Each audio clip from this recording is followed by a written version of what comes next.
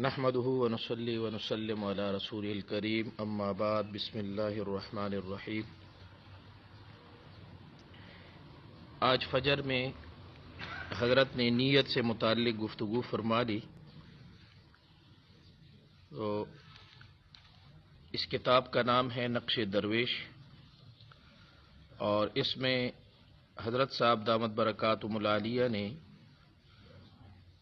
20-25 سال ماہنامہ غزالی میں جو مضامین لکھے ہیں، بیانات نہیں بلکہ مضامین، یہ ان کا مجموعہ ہے 2 جلدوں میں۔ اس میں مختلف نوعیت کے مضامین ہے، زیادہ تر اصلاحی ہے، اصلاح سے متعلق ہے۔ تو انشاءاللہ ہر سال ہم اس سے کچھ حصہ تعلیم کرتے ہیں، اس دفعہ بھی انشاءاللہ اس سے مخصوص مضامین کا مذاکرہ ہوگا۔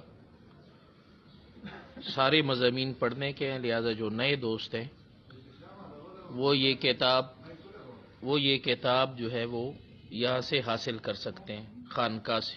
آواز آ رہی ہے؟ آخر آواز نہ رسی تھا اس کو۔ جو ساتھی پہلی دفعہ تشریف لائے ہیں وہ یہ خانقاہ سے لے سکتے ہیں، مکمل بھی پڑھ سکتے ہیں۔ اس میں پہلا مضمون ہے کہ جب ہم اللہ والوں کے پاس جاتے ہیں تو جانے کی نیت کیا ہونی چاہیے۔ بزرگوں کے سلاسل تصوف کا تعارف اور چرچا یعنی شہرت امت مسلمہ میں موجود ہے۔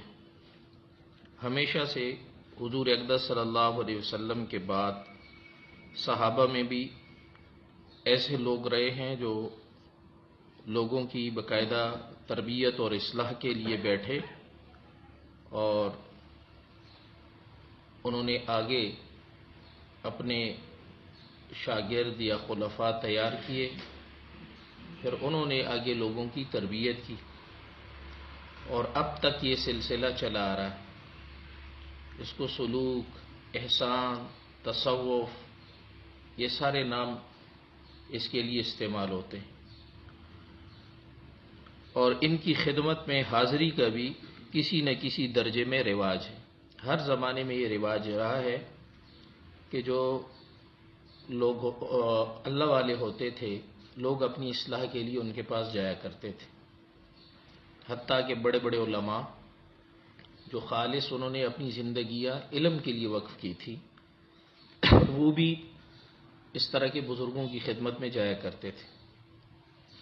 حضرت امام مالک رحمۃ اللہ علیہ، وہ اکثر حضرت غالباً بشر حافی رحمۃ اللہ علیہ تھے، ان کے زمانے میں یا کوئی بزرگ تھے، ان کی خدمت میں اکثر جایا کرتے تھے، لیکن حاضری کی نوعیت درست نہ ہونے کی وجہ سے ان سے پورا فائدہ حاصل نہیں ہو رہا۔ آج کل بھی لوگ آتے ہیں، بزرگوں کی خدمت میں جاتے ہیں، لیکن آج کل اس طرف فائدہ نہیں ہو رہا۔ کیوں؟ اس لیے کہ حاضری کی جو نوعیت ہے وہ ٹھیک نہیں ہے، درست نہیں ہے۔ عموماً لوگ اپنی مشکلات کے حل کی دعا، بیماریوں کے لیے دم تعویذ، مشائخ کے بااثر مریدین تک پہنچنے کی سفارش وغیرہ کو مد نظر رکھ کر بزرگان سلاسل کے پاس حاضر ہوتے ہیں۔ اکثر لوگ کس لیے آتے ہیں؟ دم دارو کرانے کے لیے، اور دنیاوی مسائل حل کرنے کے لیے، سفارشیں کروانے کے لیے، دعا کروانے کے لیے۔ بزرگوں کے پاس جو اصل دولت ہے نا، وہ اللہ کے تعلق کی دولت ہے، اور اگر وہ دولت حاصل ہو جائے تو یہ ساری باتیں انسان کو خود حاصل ہو جاتی۔ یہ دعا کا قبول ہونا اور جناب دم میں اثر ہونا، اللہ کے تعلق کو حاصل کرنے کے بعد یہ تو ثانوی چیزیں ہیں، تو خود بخود حاصل ہو جاتی۔ تو لہذا اصل چیز وہ اللہ کا تعلق ان سے سیکھنا اور حاصل کرنا چاہیے۔ اتفاقاً جہاں سے ان کی یہ مسئلے حل ہو جائیں، وہاں ان کا اعتقاد بڑھ جاتا ہے۔ بھئی فلاں بزرگ کی دعا سے میرا مسئلہ حل ہو گیا، تو بس وہ اسی کا اسیر ہو جاتا ہے۔ اب آگے اس بات کی تحقیق نہیں کرتا کہ جہاں سے میرا مسئلہ حل ہوا ہے وہ بزرگ وہ کامل بھی ہے، محقق ہے یا نہیں ہے۔ یہاں ایک لطیفہ یاد آیا کہ بندہ کے ایک محترم دوست اور اسلامیہ کالج کے پروفیسر کے عزیز پاکستان کی ایک بہت اونچی پوسٹ کے لیے کوشش کر رہے تھے۔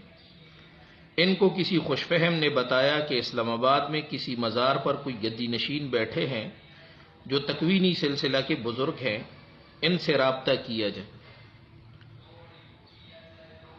تکوین ایک تو اللہ تعالیٰ کی دنیا میں دو نظام ہیں نا، ایک نظام شریعت ہے، ہم نے زندگی کیسے گزارنی، نماز ہمارے اوپر فرض ہے، روزہ فرض ہے، صاحب نصاب پر زکوٰۃ فرض ہے، حج فرض ہے، والدین کے کیا حقوق ہے، بچوں کے کیا حقوق ہے، ملازمت کے کیا احکام ہیں، یہ ساری جہاں جہاں ہمیں شرعی مسئلے کی ضرورت ہوتی ہے، ہم نے کمانا کیسے ہے، یہ اس کو تشریعی نظام کہتے ہیں۔ انبیاء جو آتے ہیں وہ شریعت دیتے ہیں، زندگی گزارنے کا نظام بتاتے ہیں کہ اللہ کی رضامندی والا نظام کون سا ہے، اس کے مطابق زندگی گزارنا یہ شریعت ہے۔ میری عمر کتنی ہے، میں کتنا کھاؤں گا، بارشیں کب ہوگی، دنیا کے اندر حوادث اور آفات کیا آئیں گی، یہ ساری باتیں جو ہے ان کو تکوین کہا جاتا ہے۔ یہ اللہ کے علم میں، اور اللہ رب العزت جو ہے وہ اپنی مرضی سے جس کے لیے جو اللہ نے عمر لکھی اس کو اتنی عمر ملے گی، جتنی اولاد لکھ لی اتنی اولاد ملے گی، جہاں شادی لکھ لی وہاں شادی ہوگی۔ یہ سارے تکوینی معاملات ہیں۔ دنیا کے اندر بزرگ جو ہوتے ہیں وہ بھی دو طرح کے ہیں، ایک وہ علماء ہے، علماء ربانیین ہے، صوفیاء ہیں، جو لوگوں کو قرآن اور حدیث اور فقہ پڑھاتے ہیں اور لوگوں کی تربیت کرتے ہیں خانقاہوں میں، مدارس میں، یہ شریعت کے ماہرین ہوتے ہیں۔ ایک اللہ تعالیٰ نے ایسے لوگ بھی دنیا کے اندر پیدا کیے ہوئے ہیں، رکھے ہیں، جن کو اللہ تعالیٰ یہ تکوینی معاملات کا علم دے دیتے۔ دنیا میں فلاں جنگ جاری ہے، اس میں فاتح کون ہوگا، ٹھیک ہے، یہ علماء تکوین کے پاس یہ راز ہوتے۔ اب یہ جو انسان ہیں، ہماری کوئی ضرورت یہ تکوینی بزرگوں کے ساتھ متعلق نہیں ہے۔ ہماری جو ضرورت ہے وہ علماء شریعت اور صوفیاء کرام سلاسل کے بزرگوں کے ساتھ متعلق ہے، ٹھیک ہے۔ تو بعض لوگوں کو شوق ہوتا ہے اس قسم کے بزرگوں کے پیچھے اور ان کی معلومات کرنے اور ان سے دعائیں کروانے کا وغیرہ وغیرہ۔ بہرحال تو ان کو بھی پتہ چلا کہ کوئی تکوینی سلسلے کے بزرگ ہیں، ان سے رابطہ کیا جائے۔ یہ جو پروموشن کے لیے کوشش کر رہے تھے نا، وہ اس داڑھی منڈے بزرگ کے پاس گئے تکوینی، اور اپنے کام کے لیے درخواست دی۔ آگے سے جواب ملا کہ 1 گھنٹے کے بعد بابا صاحب بتائیں گے۔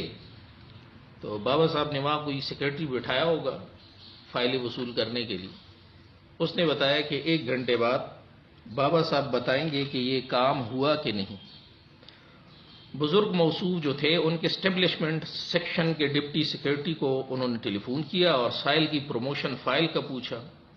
ڈپٹی سیکرٹری نے بتایا کہ ابھی فائل وزیر اعظم سے دستخط ہو کر آ گئی ہے۔ چنانچہ سائل نے جو 1 گھنٹہ بعد گئے تو مذکور بزرگ نے بتایا کہ کام کروا دیا گیا ہے۔ سب بڑے متاثر ہوئے، لیکن بعد میں ڈپٹی سیکرٹری نے ہمارے پروفیسر صاحب کو حقیقت حال بتائی تو بزرگ کی ساری بزرگی کا پول کھل گئے۔ اس طرح کی ترتیب ہزارہ کے پہاڑی علاقے میں چل رہی ہے، جسے نفس ساڑنا یعنی نفس کو جلانا کہتے ہیں۔ اس میں آدمی آرام راحت چھوڑ کر اپنے آپ کو تکلیف میں مبتلا کر کے ذہنی حالت ایسی بنا لیتا ہے کہ اسے آنے والے لوگوں کے کام ہونے یا نہ ہونے کے متعلق کشف ہوتا رہتا ہے، جس کو وہ بتا دیتا ہے۔ آنے والے سائلین کو یہ تسلی رہتی ہے کہ ان بزرگوں نے ہی کام کر دیا ہے، حالانکہ وہ صرف کشف سے اطلاع دینے والے ہوتے۔ اچھا بھائی، یہ جو ساتھی ابھی آ رہے ہیں نا، یہ مضمون مسلسل ہوتا ہے، اور شروع سے نہ سنا جائے نا تو پھر اکتاہٹ ہوتی ہے۔ تو لہذا کوشش کریں کہ 11 بجے نیچے پہنچ جایا کریں۔ آج مجھ سے سستی ہوئی، میں ذرا خود لیٹ اٹھ گیا، اور ورنہ انشاءاللہ آپ کو 10:15 10:30 تک میں جگایا کروں گا۔ تو کوشش کریں 11 بجے سب ساتھی چاشت پڑھ کے یہاں حاضر ہو جایا کریں تاکہ آپ مسلسل سنیں اس کو۔ تو اس واقعے کے تذکرہ کا مقصد حضرت فرماتے یہ ہے کہ اس طرح کی باتیں جو ہے یہ کفار کو بھی حاصل ہو جاتی، وہ بھی اپنے اوپر جناب کچھ کھانے بند کر کے، راحت آرام چھوڑ کر اور مجاہدہ کر کے وہ بھی کشف، توجہ، تصرف، یہ قوت کفار بھی حاصل کر لیتے ہیں۔ آدمی کو چاہیے کہ اللہ والوں کے پاس تربیت اور اصلاح کی نیت سے جائے۔ اور اللہ والوں کی پہچان کیا ہے؟ بزرگ وہ ہوتا ہے جو متبع شریعت ہو، اسے دیکھیں آپ، اتباع سنت، اتباع شریعت، چھوٹی سی چھوٹی بات میں وہ سنت کی پیروی کرنے والا، اور جن کی صحبت میں بیٹھ کے نا دنیا سے دل بھرنے لگے اور آخرت کی طرف توجہ، جن کی صحبت میں بیٹھ کر نیکی کی توفیق میں اضافہ ہو۔ جو اللہ والے وہ ہوتے ہیں، بزرگ وہ ہوتے ہیں، چاہے پوری زندگی میں آپ نے ان کی کوئی کرامت نہ دیکھی ہو، چاہے ان کو کبھی رونا نہ آتا ہو، اور ہنستے مسکراتے ہو۔ ضروری ہے کہ بندہ روتے روتے جنت میں جائے، ہنستے ہنستے اللہ سب کو لے جائے۔ تو لوگ ان چیزوں کو دیکھتے ہیں، رکعت طاری ہو رہی ہے اور جناب بزرگ جو ہے وہ ماشاءاللہ ان باتوں سے متاثر ہوتے ہیں، حالانکہ اصل چیز کیا ہے؟ سنت کی اتباع ہے۔ تو اگر وہ اتباع سنت ہے اس میں تو وہ اللہ والا ہے۔ حضرت فرماتے ہیں کہ اس آدمی کو اللہ والوں کے پاس تربیت اور اصلاح کی نیت سے جانا چاہیے۔ تو ماشاءاللہ صبح ساتھیوں نے اس نیت کا اعادہ کیا ہے، ہم سب اسی نیت سے آئے ہیں۔ مسائل کے حل کے لیے صرف نہ جائے بندہ کہ میرا مسئلہ حل ہو جائے، فلاں مسئلہ اٹکا ہوا ہے، اعتکاف کروں گا تو جناب بزرگوں کی صحبت میں یہ مسئلہ حل ہو جائے گا۔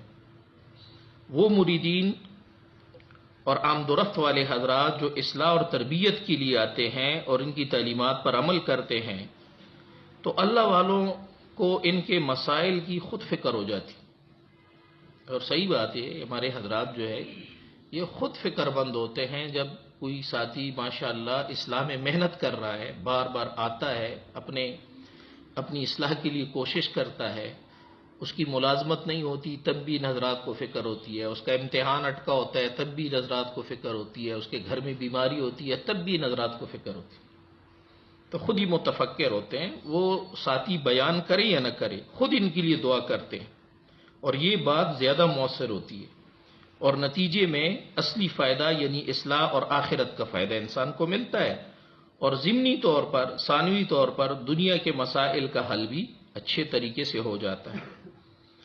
حضرت فرماتے ہیں، حضرت ڈاکٹر صاحب کہ خود بندہ کی بہت بڑی مشکل اور مصیبت اللہ تعالیٰ نے بندہ کے شیخ اور مربی حضرت مولانا محمد اشرف صاحب رحمۃ اللہ علیہ کی دعا سے دور فرمائی۔ اس پر عموماً ساتھی بندے سے کہا کرتے تھے کہ ہمارے لیے ایسی دعا کرائے جیسے آپ نے اپنے لیے کرائی تھی۔ تو بندہ نے عرض کیا کہ یہ دعا حضرت نے 12 سال کی خدمت کے بعد کی ہے، اور بندہ کی درخواست کے بغیر خود اپنی چاہت سے کی ہے۔ ایک اور بات عام طور سے مشہور ہے کہ مشائخ کے پاس خالی جاؤ گے تو خالی واپس آؤ گے۔ اس کی عموماً لوگ یہ تشریح سمجھتے ہیں کہ ہدیے کے بغیر جاؤ گے تو فیض اور قبولیت دعا کے بغیر واپس آؤ گے، حالانکہ ایسی بات قطعاً نہیں ہے، بلکہ مطلب یہ ہے کہ اگر اعتقاد اور محبت سے بھرے ہوئے جاؤ گے تو ضرور فائدہ اٹھا کے آؤ گے، اور اعتقاد اور محبت سے خالی جاؤ گے تو خالی واپس آؤ گے۔ چنانچہ ایک دفعہ حضرت اخوند درویزو بابا رحمۃ اللہ علیہ، بہت بڑے بزرگ ہیں، یہ اپنے شیخ حضرت پیر بابا کی خدمت میں کافی عرصے کے بعد حاضر ہوئے، اور عذر یہ کیا کہ خالی ہاتھ تھا اس لیے نہیں آیا۔ تو پیر بابا رحمۃ اللہ علیہ نے فرمایا کہ میں تو اللہ کا نام سیکھنے والے طالبین یعنی چاہنے والے طالبوں کے لیے یہاں بیٹھا ہوں، ہدیے اور شکرانے والے لوگوں کو تو اللہ تعالیٰ نے پکڑا ہوا ہے کہ ہماری ضروریات پوری کریں۔ بعض لوگوں کا یہ خیال ہوتا ہے کہ ملاقات کے وقت پہلے شکرانہ دے دیا جائے تو پھر توجہ زیادہ ہوگی، تو اس بات کو جان لینا چاہیے کہ اگر دل میں محبت، اعتقاد اور خلوص نہ ہو تو محض شکرانے سے اللہ والوں کے دل متوجہ نہیں ہوا کرتے۔ لہذا پہلے نیت کا ہم سب استحضار کر لیں کہ انشاءاللہ ہم سب کی نیت ہے کہ اللہ رب العزت اس اعتکاف کو ہماری اصلاح کا ذریعہ بنائے۔ اب سب سے پہلے میرے بھائی یہاں جس چیز کا مذاکرہ ہوتا ہے اور جس چیز کو ہمارے سلسلے میں پہلے سیکھنے سکھانے کا اہتمام ہوتا ہے وہ ہے ایمان۔ اللہ تعالیٰ نے قرآن مجید میں اعلان کیا ہے کہ یہ ساری انسانیت خسارے میں ہے سوائے ان لوگوں کے الا الذین آمنوا وعملوا الصالحات، سوائے ان لوگوں کے جو اپنا ایمان درست کر لیں، نیک اعمال درست کر لیں۔ تو سب سے پہلی چیز ایمان سیکھنا ہوتا ہے۔ ایک تو عقیدہ ہے، عقیدہ تو الحمدللہ ہم سب کو حاصل ہوتا ہے۔ ایمان اس عقیدے کی بنیاد پر پیدا ہونے والا دل کا حال اور دل کی کیفیت ہوتی ہے، ٹھیک ہے؟ صرف جاننے کا نام، ہم نے جان لیا کہ اللہ رازق ہے، ٹھیک ہے، صرف اس کا نام ایمان نہیں ہے۔ ہم نے دل سے تصدیق کر لی، دل سے مان لیا، تو اس ماننے کی بنیاد پر انسان میں کیفیت پیدا ہوتی ہے، اس کا نام ایمان ہے۔ اور ہمارے حضرت نے بڑے سادہ طریقے سے ایمان کی بحث یہاں ذکر کی ہے کہ بعض لوگوں کو اللہ رب العزت نے ایمان پر جمنے کی وجہ سے ان پر کیا حالات آئے، انہوں نے ان حالات کا مقابلہ کیا اور ایمان پر قائم رہے، استقامت کے ساتھ جمے رہے، تو اللہ تعالیٰ نے کیسے ان کو مشکلات سے نکالا۔ ایمان اس کی اپنی صفات ہے، سچائی ہے، انسان خود کو مومن بھی کہتا رہے، جھوٹ بھی بولتا رہے۔ حضرت انس رضی اللہ تعالیٰ عنہ سے روایت ہے کہ حضور اقدس صلی اللہ علیہ وسلم کے زمانے میں ہم جھوٹ جانتے بھی نہیں تھے کہ جھوٹ ہوتا کیا ہے، یعنی صحابہ کرام بالکل ان کی سچائی اور صدق کی ایسی تربیت ہوئی تھی کہ وہ جناب جھوٹ کو جانتے بھی نہیں تھے کہ جھوٹ ہوتا کیا ہے۔ اور آج ہمارے ماحول میں سچ کو تلاش کرتے پھریں گے۔ اسی طرح دیانت ہے، دیانت داری، امانت داری، شجاعت، غیرت، یہ ساری ایمانی صفات ہیں، اور یہ جب انسان کو حاصل ہوتی ہے یہ بندہ مومن ہوتا ہے، یہ بندہ مومن ہوتا ہے۔ اور یہ بالکل واضح طور پر ایسی شخصیات ممتاز نظر آتی ہے ہر میدان میں، اور ان کی کارکردگی اور ان کی شخصیت کا ایک خاص اثر ہوتا ہے۔ تو سب سے پہلے ایمان کی تربیت کرنی۔ ایمانی صفات کیسے حاصل ہوتی ہیں، ایمان کیسے ترقی کرتا ہے، ایمان کیسے مضبوط ہوتا ہے، اس کا ایک ہی طریقہ ہے، اہل ایمان اور اہل یقین کی صحبت۔ کتابوں کے مطالعے سے یا جناب کسی اور طریقے سے اگر ہم چاہیں کہ ہمیں ایمانی صفات حاصل ہو جائیں تو یہ مشکل ہے۔ اس کا آسان ترین حل اور آسان ترین طریقہ کیا ہے؟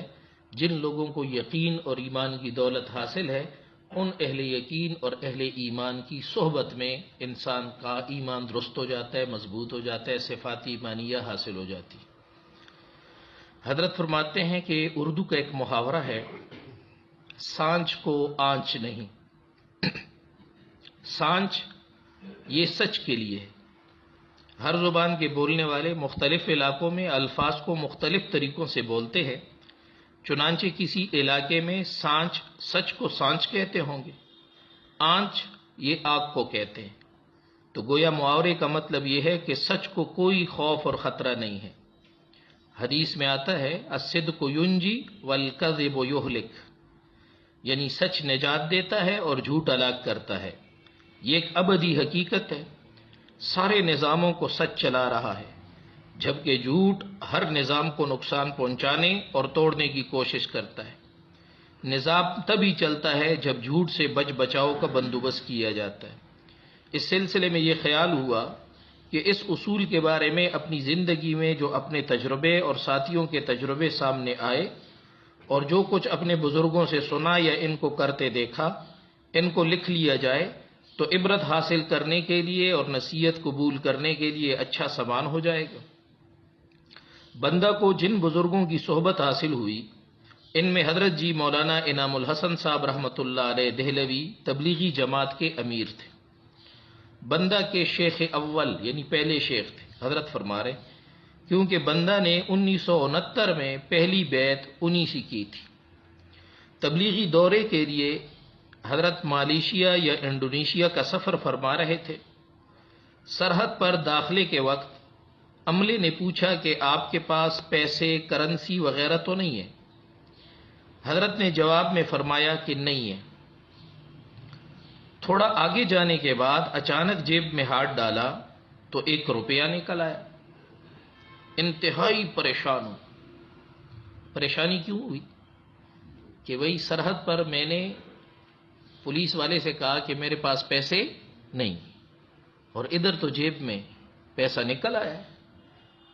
تو حالانکہ وہاں انہوں نے اپنے علم کے مطابق کہہ دیا تھا کہ بھئی نہیں ہے، اور یہاں حقیقت ظاہر ہو گئی کہ نہیں، پیسے تو ہے۔ تو اس کو سہو کہتے ہیں، غلطی کہتے ہیں، لیکن صورتاً چونکہ یہ جھوٹ کی طرح تھا، شکل ایسی جھوٹ کی طرح تھی کہ ایک چیز پاس ہے اور میں کہہ رہا ہوں کہ نہیں۔ حقیقی جھوٹ یہ تب ہوتا کہ جب جیب میں پیسے کی موجودگی کا علم ہوتا اور آپ کہتے کہ میرے پاس نہیں ہے، تو یہ حقیقی جھوٹ تھا۔ لیکن اس پر بھی حضرت سخت پریشان ہوئے، خوب توبہ اور استغفار کی کہ جیب میں 1 روپیہ تھا اور میں نے کہہ دیا کہ نہیں ہے۔ مقبلاں را بیش بوت حیرانی، اللہ کے جو مقبول بندے ہوتے ہیں ان کو بہت فکر ہوا کرتی، یعنی سچائی کا جب زندگی میں اس درجہ اہتمام ہو، سچ بولنے کا اس درجہ اہتمام ہو، تو پھر اتنی معمولی بات جو حقیقتاً جھوٹ نہیں ہے اس پر بھی انسان توبہ کرتا ہے، استغفار کرتا ہے، پریشان ہوتا ہے کہ خلاف واقعہ بات میری زبان سے کیوں نکلی۔ اور یہ اس درجہ احتیاط ہی انسان کو پھر حقیقی جھوٹ سے بچاتی ہے۔ زندگیوں پہ غور کریں کہ ہمارے ہاں اس طرح کی باتوں کو سرے سے کوئی اہمیت ہی نہیں دی جاتی۔ سونے کا وقت تو مہمان آ گیا، مہمان سے ملنا نہیں ہے تو کہہ دیا جاتا ہے بھئی جا کے کہو کہ گھر میں نہیں، ٹھیک ہے۔ فون پر آپ کسی سے بات کر رہے ہیں، کہاں ہیں، ہوں گے ایک جگہ، بتا دیں گے دوسری جگہ۔ تو خلاف واقعہ بات کرنا یہ تو آج کل تو یعنی اس کو کوئی بڑی بات سمجھا ہی نہیں جاتا، حالانکہ اسی سے انسان کے ایمانی بنیادوں کا پتہ چلتا ہے کہ ایمان کی کیا حالت ہے۔ زندگی میں جتنا جھوٹ ہوگا ایمان کی حالت اتنی ابتر ہوگی، جتنی زندگی میں سچائی آئے گی ایمان اتنا ہی مضبوط ہوتا جائے گا۔ اور راہ سلوک میں جو چلنے والا آدمی ہے، جس نے بیعت کر لی، اپنی اصلاح کی نیت کر لی، اس کے لیے سچ کے بغیر کوئی چارہ کار نہیں اگر یہ اصلاح چاہتا ہے۔ کیوں؟ کہ اپنے شیخ کو سچ سچ کہنا ہوتا ہے کہ میرے کیا کیا حالات ہیں۔ ڈاکٹر کو جب تک مریض کی ہسٹری کا پتہ نہیں ہوگا تو وہ مریض کی کیا علاج کرے گا، کیسے تشخیص کرے گا؟ تشخیص کا طریقہ یہی ہے کہ مریض کے حالات ڈاکٹر کے سامنے ہوں، وہ ٹیسٹوں سے حالات جانے، مریض کی زبان سے جانے، حالات سامنے ہوں گے تو تشخیص کر سکے گا۔ تو یہاں شیخ کے سامنے حالات ہمارے نہیں ہوں گے تو ہماری کیسے اصلاح ہوگی؟ اور حالات بتانے کے لیے سچ سچ بتانا ضروری ہے کہ میری تنہائیوں میں کیا ہوتا ہے، ٹھیک ہے، اپنی تنہائیوں کا حال سارا بتانا ہوتا ہے، موبائل کے ساتھ میرا کیا تعامل ہے سارا بتانا ہوتا ہے، بازاروں میں چلتے پھرتے ملازمت میں میرے کیا حالات ہیں سارے بتانے ہوتے ہیں، تب جا کے ان کو بیماری کی تشخیص ہوتی ہے، پھر وہ علاج بتاتے ہیں۔ اور یہ وہی بندہ کر سکتا ہے جو سچ بول سکے۔ اگر سچ نہیں بول سکتا تو کبھی بھی انسان کی اصلاح نہیں ہو سکتی۔ تو لہذا پہلی چیز ایمان کی بنیاد ہی سچائی ہے۔ حضرت فرماتے ہیں ہمارے ایک بزرگ حضرت مولانا محمد عمر پالنپوری رحمۃ اللہ علیہ نے اپنے ایک بیان میں ایک واقعہ سنایا کہ ہندوستان میں ایک بیل گاڑی والے نے بستی نظام الدین جو ہندوستان کا تبلیغی مرکز ہے وہاں آ کر جماعت میں چلہ گزارا۔ آدمی سیدھا سادہ تھا، صحیح یقین، توحید، اتباع سنت، سچ، انصاف اور دیانتداری کی اصول اس نے سیکھ لیے اور عملی زندگی میں ان کو برتنے لگا، استعمال کرنے لگا۔ ایک دن اچانک ایک بچہ اس کی بیل گاڑی کے نیچے آ کے مر گیا۔ بچے کو خود اٹھا کر اور تھانے پہنچا کر اپنی گرفتاری کروا لی اور سچ سچ بیان دے دیا۔ برادری کو پتہ چلا، انہوں نے وکیل کر لیا۔ وکیل صاحب نے آ کر اس گاڑی بان کو بیان سمجھایا، وکیلوں کی تو اپنی ترتیب ہوتی ہے، اس نے اپنی ترتیب والا بیان سمجھایا، لیکن اس سیدھے سادے آدمی نے آگے سے کہا کہ وکیل صاحب اس وقت آپ موجود نہیں تھے، میں خود موجود تھا، لہذا بیان یہ ہے کہ بچہ میری گاڑی تلے آ کر فوت ہوا ہے۔ وکیل صاحب کو اندازہ ہوا کہ یہ سادہ لو آدمی وکیل کی سمجھداری کی بات کو نہیں سمجھ سکتا، غرض اس مقدمے کو اپنے حال پر چھوڑ دیا گیا۔ اس نے از اول تا آخر بالکل بیان نہیں بدلا۔ مقدمے کی کارروائی مکمل ہوئی۔ جج صاحب نے فیصلہ سنایا کہ اتنا دیانتدار، راست باز اور سچا آدمی اس بات کا حق رکھتا ہے کہ بجائے اسے سزا دینے کے اسے معاشرے میں رکھا جائے تاکہ معاشرے میں شانتی ہو، امن آئے اور سدھار یعنی اصلاح آئے۔ واقعی سچائی اور دیانتداری یہ انسانی صفات، مسلمانوں نے تو ان کی قدر کرنی ہے کہ ان کے لیے، مسلمانوں کے لیے آخرت کا سرمایہ ہے، اللہ کی رضا اور نجات کا سامان ہے، لیکن کافر ہندو بھی اس کی قدر کرتا ہے، کیونکہ معاشرے میں اطمینان، اصلاح اور سدھار اسی سچائی اور دیانتداری کی وجہ سے آتی ہے۔ اس طرح اس گاڑی بان کو وکالت کے دلائل کی جگہ سچ کی حقیقت کام آئی اور نجات کا سامان بنی۔ تیسرا واقعہ حضرت سناتے ہیں کہ بندہ کی ایک مجلس ذکر حیات آباد میں ہوتی ہے۔ اس میں کچھ نوجوان دوست شامل ہوتے تھے۔ ایک دن ایک برخوردار جو ریٹائر میجر کے بیٹے تھے اور مجلس میں آتے تھے، پریشان آئے۔ انہوں نے بتایا کہ اس کا چھوٹا بھائی ہے جس نے تبلیغ میں 4 ماہ لگائے ہیں، روسیوں کے خلاف افغان جہاد میں بھی لڑا ہے، کسی مدرسے کا طالب علم بھی تھا، گھر آیا ہوا تھا کہ کچھ لڑکوں کے ہاتھ چڑھ گیا۔ انہوں نے اسے کہا کہ یہاں ایک رشوتی افسر ہے، عقیدہ بھی اس کا خراب ہے، رات اس کے گھر پر حملہ کرتے ہیں، جہاد بھی ہو جائے گا اور مال غنیمت بھی ہاتھ آ جائے۔ واہ رے واہ، جہاد اور مال غنیمت، جس کا فیصلہ کبھی مسلمانوں کے خلیفہ وقت کیا کرتے تھے، نوجوانوں نے اس کا فیصلہ کر لیا، کسی اہل علم بڑے بوڑھے سے مشورہ بھی نہیں کیا۔ حملہ کے لیے گئے آدمی کا چوکیدار جاگ گیا، اس نے فائرنگ کی، باقی جعلی مجاہد تو فوراً بھاگ گئے اور یہ اصلی مجاہد ڈٹا رہا۔ اس کو ایک گولی ہاتھ میں لگی اور ایک پاؤں میں۔ آخر اس نے آواز دی کہ انکل اور فائر نہ کریں، میرے پاس کچھ نہیں۔ فائرنگ بند ہوئی تو لڑکا گرفتار ہو گیا۔ ہم مجلس والوں کو بہت افسوس ہوا۔ مجلس کے بیان اور ذکر کے بعد بڑی فکر سے دعا ہوئی۔ بندہ نے ملزم کے بڑے بھائی سے کہا کہ برخوردار اس سے کہیں کہ سچ سچ بیان دے دے، اللہ کی ذات سے خیر کی امید کرتے ہیں۔ مجلس کے ساتھیوں نے کہا کہ مجلس کی دعا کے بعد ہمارے دل گواہی دے رہے تھے کہ مسئلہ حل ہو گیا۔ خیر برادری والوں نے مقدمے کے لیے وکیل کیا۔ وکیل نے برخوردار کو بیان سمجھایا کہ یوں کہیے کہ پہلا بیان، وہ جو حقیقی بیان تھا، وہ میں نے پولیس کے دباؤ کے تحت دیا۔ اصل بیان یہ ہے کہ آدھی رات کے بعد میں گھر سے نکلا، ایسی واک یعنی چہل قدمی کر رہا تھا کہ اسی اسنا میں ایک مکان کے سامنے آ گیا، دروازہ کھلا تھا، کچھ شور ہو رہا تھا۔ میں صورتحال معلوم کرنے کے لیے اندر ہوا کہ اسی اسنا میں مجھے 2 گولیاں لگ گئی، اور جب معلوم ہوا تو میں گرفتار تھا اور زخموں کے لیے زیر علاج تھا۔ جب پوری حقیقت سامنے آئی اس واقعے کی تو وہ یہ تھی، اس نے یہ دوسرا بیان دے دیا لڑکے نے، جب پوری حقیقت سامنے آئی تو وہ یہ تھی کہ جس آدمی کے گھر ڈاکہ پڑا اس کا ایک غیر ذمہ دار لوفر قسم کا بھانجا تھا۔ اس نے اس بندے کی لڑکی کا رشتہ مانگا، ماموں نے رشتہ دینے سے انکار کیا۔ اس نے اس بات کا بدلہ لینے کے لیے یہ جہادی پارٹی بنائی جس میں ایک افغانی تھا، یہ ملزم مجاہد صاحب اور ایک یہ خود۔ پورے اخلاص کے ساتھ جہاد کی نیت صرف ملزم کی تھی، باقی تو جعلی تھے، ان کو تو پتہ تھا، اس لیے وہ فوراً بھاگ گئے۔ پہلے بیان میں تو بھانجے کا نام آ گیا تھا، وہ جو حقیقی بیان تھا۔ یہ وکیل نے جو بیان سمجھایا تھا، اس دوسرے بیان میں بھانجے کے ماں باپ نے موقف اختیار کیا کہ ہمارے بیٹے کو ماموں مفت میں بدنام کر رہا ہے۔ لڑکے کے دوسرے بیان میں اس کا نام تک نہیں۔ ماموں نے اس لڑکے کے ماموں نے اس ملزم سے رابطہ کیا جو متاثرہ شخص تھا کہ برخوردار لڑکا ہمارا بھانجا ہے، ہم اس کی گرفتاری اور سزا کے حق میں نہیں ہیں، لیکن کم از کم آپ وہ سچا بیان دے کر اتنا تو واضح کر دیں کہ یہ جرم ہمارے بھانجے نہیں کیا ہے۔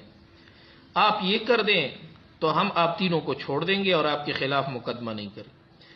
اس ملزم برخوردار نے سہبارہ تیسری بار وہ سچا بیان دیا اور مقدمے والوں نے انہیں معاف کیا اور کیس ختم ہو۔ بندہ کو اطلاع ملی تو بندہ نے عرض کیا کہ اللہ کا شکر ہے کہ مسئلہ سچ کے زور سے حل ہوا، وکیل کے جھوٹے دلائل سے نہیں۔ چونکہ مسلح ڈکیتی کی شرعی سزا ایک ہاتھ ایک پیر کاٹنا ہے، اس لیے برخوردار کے بارے میں بندہ نے کہا کہ یہ سزا ان پر قدرتی اور تقویدی امر سے نافذ ہو گئی۔ ایک گولی ان کو ہاتھ میں لگی تھی، ایک پاؤں۔ واقعی نوعمر جب کسی سمجھدار آدمی سے مشورہ کیے بغیر خود فیصلہ کر لیتے ہیں تو سخت مشکلات میں مبتلا ہونے کے حالات ہو جاتے ہیں۔ یہ بہت اہم اصول ہے، اور آج کل نے ہمارے جو نوجوان ہیں یہ بڑے خود سر ہیں۔ ناراض نہیں ہونا اس لفظ پہ، یہ میں نے بڑا سخت قسم کا لفظ بولا ہے، لیکن یہ بڑی مجبوری میں یہ لفظ استعمال کیا، کیونکہ اس طرح کی کارگزاریاں ہیں کہ اس خود سری نے نا نوجوانوں کو خود بھی بہت مشکلات میں ڈالا ہے اور والدین کو بھی بہت مشکلات میں ڈالا۔ خود فیصلے کرنا شروع کر دیتے ہیں، تعلیم کے فیصلے خود کر رہے، کیا پڑھنا ہے، کہاں پڑھنا ہے، کیسے پڑھنا ہے، خود فیصلے کر رہے ہیں۔ رشتوں کے فیصلے خود کر رہے ہیں، کاروبار کے فیصلے خود کر رہے ہیں، والدین کو پتہ ہی نہیں۔ میں آپ کو ایک واقعہ سناتا ہوں۔ ایک بندہ میرے پاس آیا، نوجوان تھا، کراچی گیا ہوا تھا، وہاں طالب علم تھا، وہ مدرسے میں بڑی خدمت کی اس نے، بہت زیادہ 6-7 سال پہلے۔ پھر مجھے کہا کہ جی میں آپ سے اصلاحی تعلق قائم کرنا چاہتا ہوں اور میری رہنمائی کریں کہ میں نے اسے کہا کہ بھئی آپ ماشاءاللہ ہم بڑے بڑے بزرگ ہیں، اساتذہ ہیں، ان سے آپ رہنمائی لیتے رہے، میں کوہارٹ میں بیٹھا ہوا ہوں، آپ کی کیا رہنمائی کروں۔ بہرحال وہ رابطے میں رہتا تھا۔ اس کو میں نے کہا کہ بھئی آپ یہ موبائل استعمال نہ کریں، یہ موبائل جو ٹچ موبائل یہ آپ کی ضرورت ہی نہیں ہے۔ دوسرا مدرسے میں اس پر پابندی ہے، تو آپ چھپ کے استعمال کرتے ہیں تو یہ مدرسے کے قانون کو توڑنا ہے، اور اس کی وجہ سے جو ہے وہ آپ کا بے برکتی آئے گی، کیونکہ استادوں کی مخالفت، مدرسے کے قانون کی آپ مخالفت کریں گے تو بے برکتی آتی ہے۔ علم میں اس میں کیا برکت ہوگی جب انسان اس میں جھوٹ اور بددیانتی کے ساتھ چلتا ہے۔ تو بہرحال اس نے یہ بات مان کے نا بند کیا، لیکن کچھ عرصے بعد یہ اس مصیبت میں تو پتہ چل جاتا ہے کہ بندہ آن لائن ہے، تو مجھے اندازہ ہوتا تھا کہ کبھی کبھی یہ آن لائن اس کے پاس موجود ہے۔ بہرحال جب وہ فارغ ہو گیا، فارغ التحصیل عالم ہو گیا، تو پھر اس نے مجھے خط لکھا کہ میں 1-2 سال آپ کے پاس گزارنا چاہتا ہوں یہاں پر۔ میں نے کہا آ جائے۔ بہت ذہین اور قابل آدمی تھا، ہم نے اس کو چند گھنٹے بھی دے دیے، یار یہ بھی پڑھاتا رہے، اور اس کا مقصد یہ تھا کہ اس کا مالی تعاون ہوتا رہے گا، اس کے لیے ہم تنخواہ مقرر کر لیں گے، اور ویسے وقت گزارے گا تو چلو یہ ساتھ اس کی تنخواہ بھی لگ جائے گی۔ میں نے اسے کہا کہ شرط یہ ہے کہ موبائل استعمال نہیں کرنا، موبائل بند کرنا۔ موبائل کے معاملے میں نا وہ کمزور واقع ہوا، اور اس نے مجھے ایک خط لکھا، اور اس میں اعتراض بھی بہت تھے کہ حضور صلی اللہ علیہ وسلم تو صحابہ کی تربیت میں آپ نے تو اتنی سختیاں نہیں کی تھی، تو آپ لوگ اتنی سختی کرتے ہیں تربیت۔ تو بہرحال بہت ہے، وہ تو اب یہ تو سلسلے پہ اعتراض کرنا ہے کہ بھائی آپ کی ترتیب میں بہت سختی ہے، یہ ہے وہ ہے۔ تو میں نے کہا بہت آسان ترتیبیں، دنیا میں آسان ترتیبیں چل رہی ہیں، ٹھیک ہے، تو وہاں بندہ رجوع کر لے۔ تو بہرحال اس نے آخری بات کی کہ موبائل تو آپ بھی استعمال کرتے، آپ بھی استعمال کرتے۔ وہ چلا گیا۔ 2 سال بعد اس نے مجھ سے رابطہ کیا کہ جی میں بہت زیادہ پریشان ہوں، بہت سخت، اور میرے لیے دعا کریں، مجھے معاف کریں۔ میں نے کہا معاف تو میں نے آپ کو اسی دن کر دیا تھا، معافی کی تو کوئی بات نہیں، بھائی بندگی ایک جگہ مناسبت نہیں ہے تو وہ چلا جائے، دوسری جگہ چلا جائے، ایسی کوئی بات نہیں کہ جی مجھے پیسوں کی ضرورت ہے۔ کیوں جی میرے گھر والی اسپتال میں داخل ہے، میرے پاس کچھ نہیں ہے، اور یہ میں کتنی ضرورت ہے؟ اس نے کہا 50,000 روپے. تو میں قرض مجھے چاہیے، میں آپ کو واپس کر دوں. میں نے اس کو پیسے بھیجے اور میں نے اس کو کہا یہ آپ کو ہدیہ ہے، واپس کرنے کی ضرورت نہیں ہے، آپ گھر والی کا علاج کروائیں. اچھا 2 دن بعد اس نے پھر رابطہ کیا کہ مجھے پیسوں کی ضرورت ہے. تو مجھے تھوڑا سا شک ہو گیا کہ مسئلہ یہ نہیں ہے، کچھ اور مسئلہ ہے. پھر میں نے ارد گرد دوستوں سے معلومات کی تو سب سے انہوں نے پیسے مانگے تھے، اور یہ تھا بڑا خوددار. میں اگر اس کو کچھ چیز دیتا بھی تھا تو بڑی مشکل سے دیتا تھا، یہ نہیں لیتا تھا. اتنا خوددار آدمی یہ کیسے لوگوں سے پیسے اکٹھے کر رہا ہے؟ تو اس بندے نے نا اپنے سارے فیصلے خود کیے اپنے، نہ والد کو پتا، نہ چچا کو پتا، اور جائے اصلاحی تعلق تھا اس کا حال تو آپ سن چکے ہیں، نہ استادوں سے کوئی رابطہ. ان فیصلوں میں وہ یہ آن لائن کاروباروں میں اور اس میں پھنس گیا، نقصان ہوا. تو کسی بھلے آدمی نے اس کو یہ آن لائن پیسے کو یہ انویسٹ کرتے ہیں، کوئی کھیل ہوتے ہیں یا جوا ہوتا ہے، کیا ترتیب ہے، اس پہ ڈال دیا کہ اس میں آپ کو پیسے مل جائیں گے. وہ لگاتا رہا نقصان کرتا، لگاتا رہا نقصان. 11 لاکھ روپے اس نے اپنے اوپر چڑھا دی. اب وہاں اس دلدل میں جب پھنس گیا تو ایک سے دوسرے سے اتنے پریشانی کے حالات کہ بندہ جو ہے وہ خودکشی پہ تیار ہے. لوگ پیسے مانگ رہے ہے عالم دین، لیکن کم عمر 21-20 سال کی عمر میں مدرسے سے فارغ ہوئے. 20 سال کی عمر کیا شعور ہوتا ہے. اور جب بندہ خود فیصلے کرتا ہے تو اس طرح کے کئی نوجوانوں کی کارگزاری ہے کہ اپنے والدین کو کہتے ہیں یہ تو اس دور کے لوگ ہیں، ان کو کیا پتہ ہے.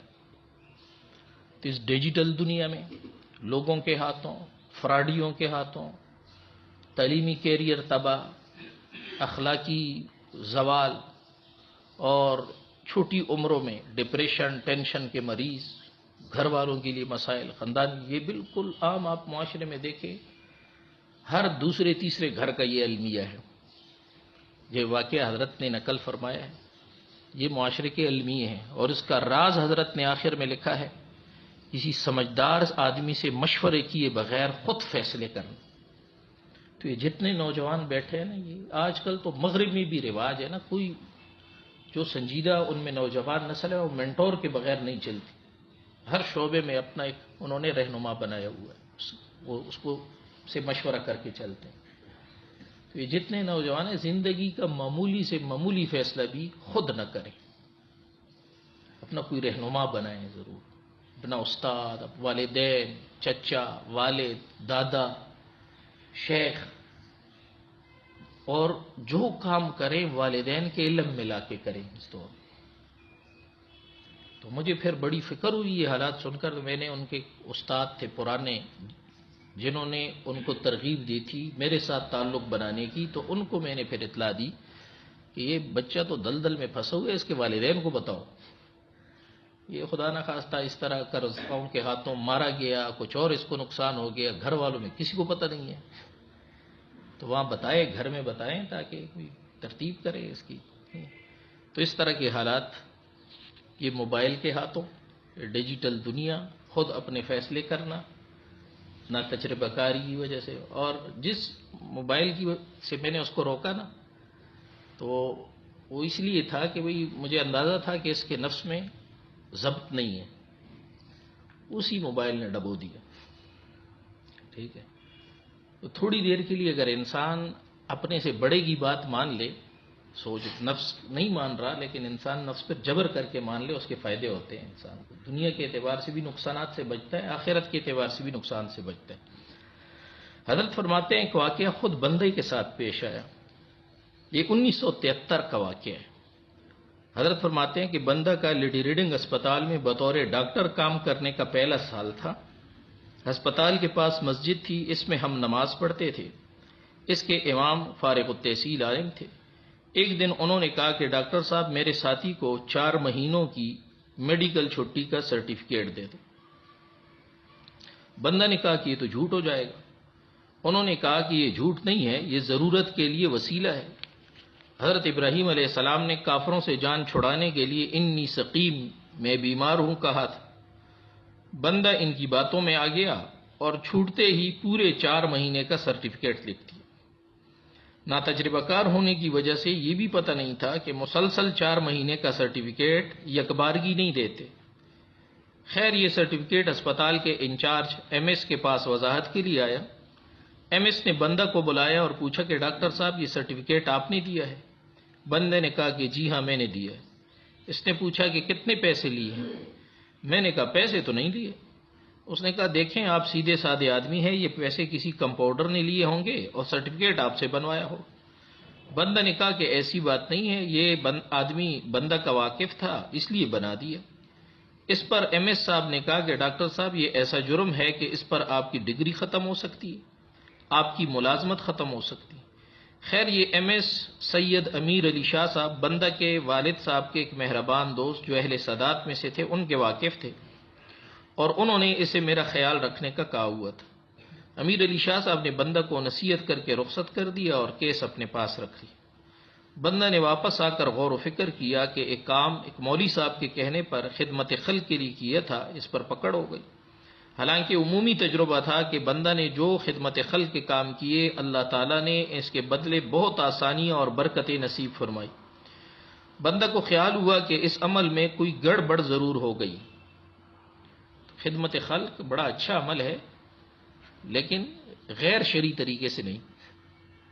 لوگ آپ کو رشتہ داری میں، دوستی میں، تعلق میں غیر شرعی کاموں پر مجبور کریں گے اپنے فائدے کے، تو دوسری کی دنیا بنانے کے لیے نہ اپنی آخرت برباد کرنا یہ بڑا گھاٹے کا سودا ہے۔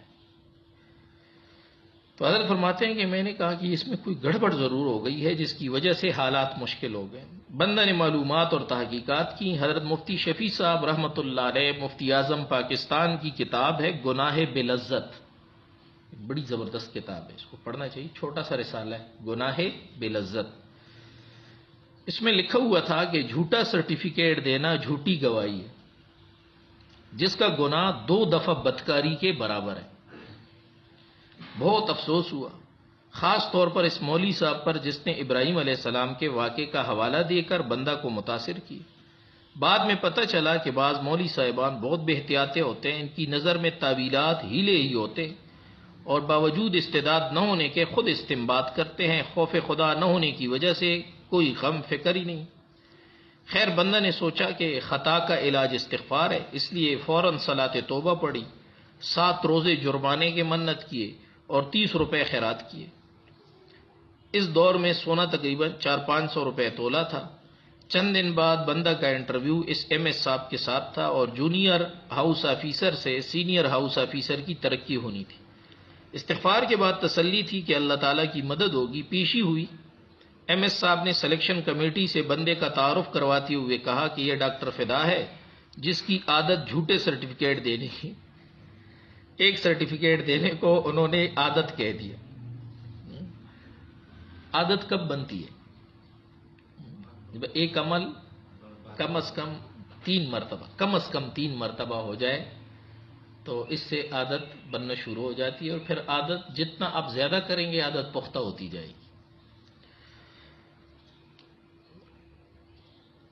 اچھا، ایک سرٹیفکیٹ دینے کو انہوں نے عادت کہہ دیا۔ خیر بندہ نے جس ڈاکٹر صاحب کے ساتھ کام کیا تھا وہ بول پڑے کہ یہ ایسا آدمی ہے کہ یا وارڈ میں ہوتا ہے یا نماز کے لیے مسجد جاتا ہے، ایک دن شب جمعہ تبلیغی اجتماع میں جاتا ہے، یہ اس کے ساتھ کسی نے دھوکہ کیا ہے، یہ خود کتھن ایسا آدمی نہیں ہے۔ دوسرا بولا کہ تمہارا مطلب یہ ہے کہ بادشاہ سا آدمی ہے؟ تو اس نے کہا ہاں۔ بس سب نے متفقہ سینئر ہاؤس جاب کا فیصلہ کر لیا اور کیس بالکل رفع دفع کر دی۔ تو واقعی توبہ، صدقہ اور روزہ مشکلات کے پہاڑ توڑ کر میدان ہموار کر دیتے۔ یہ حضرت کا آخری جملہ جو ہوتا ہے نا واقعات کے بعد، یہی راز ہوتا ہے اصل۔ یہ ایک جملہ ہوتا ہے اور سارے حقائق اس میں جمع ہوتے ہیں۔ تو اس طرح کی مشکلات آئیں تو اس کے حل کا اصل راز کیا ہے؟ توبہ، صدقہ، روزہ، ان سے سارے مشکلات کے میدان ہموار ہو جاتے ہیں۔ حضرت فرماتے ہیں کہ بندہ 1987-88 2 سال Lahore king Edward medical college میں ایم فل کرنے کے لیے مقیم رہا۔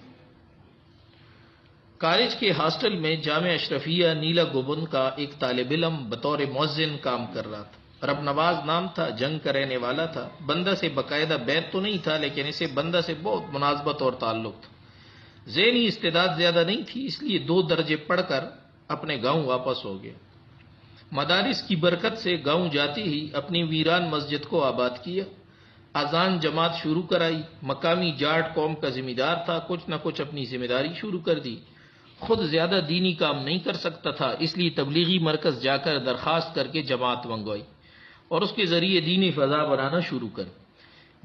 گرد و پیش میں اہل تشیع شیعہ لوگ آباد تھے، ان کو یہ ساری باتیں بہت بری لگی، اس لیے انہوں نے چھیڑ چھاڑ شروع کر دی اور تنگ کرنے کا آغاز کر لیا۔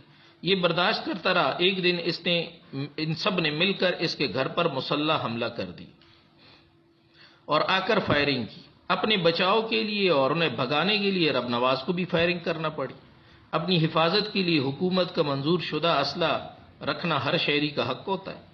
اس فائرنگ سے ایک آدمی مر گیا۔ حالات یہی بتا رہے تھے کہ ایک طرف اتنی تعداد کے صاحب حیثیت لوگ اور دوسری طرف ایک عام غریب آدمی، تو ظاہر ہے گرفتار اسی کرنا تھا۔ رب نواز جان بچانے کے لیے بھاگ گیا۔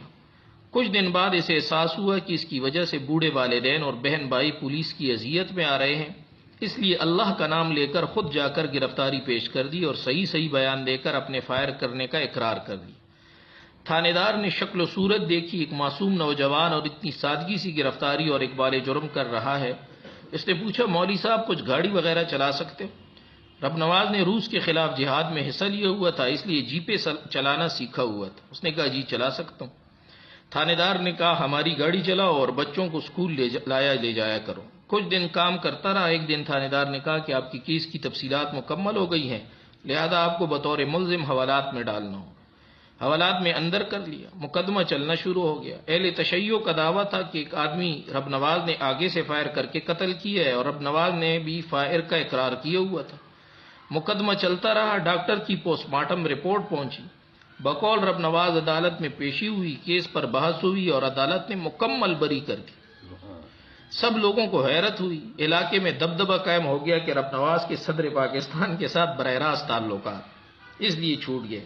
جبکہ حقیقت کیس کی یہ ہے کہ جب ڈاکٹر کی پوسٹ مارٹم رپورٹ آئی تو اس میں لکھا تھا کہ مقتول کی کھوپڑی میں گولی پیچھے سے داخل ہوئی ہے اور آگے سے نکلی ہے، جبکہ رپورٹ میں رب نواز کا آگے سے فائر کرنا لکھا ہوا تھا۔ گویا پیچھے سے جو اہل تشیع فائر کر رہے تھے، یہ قتل اس فائر سے ہوا۔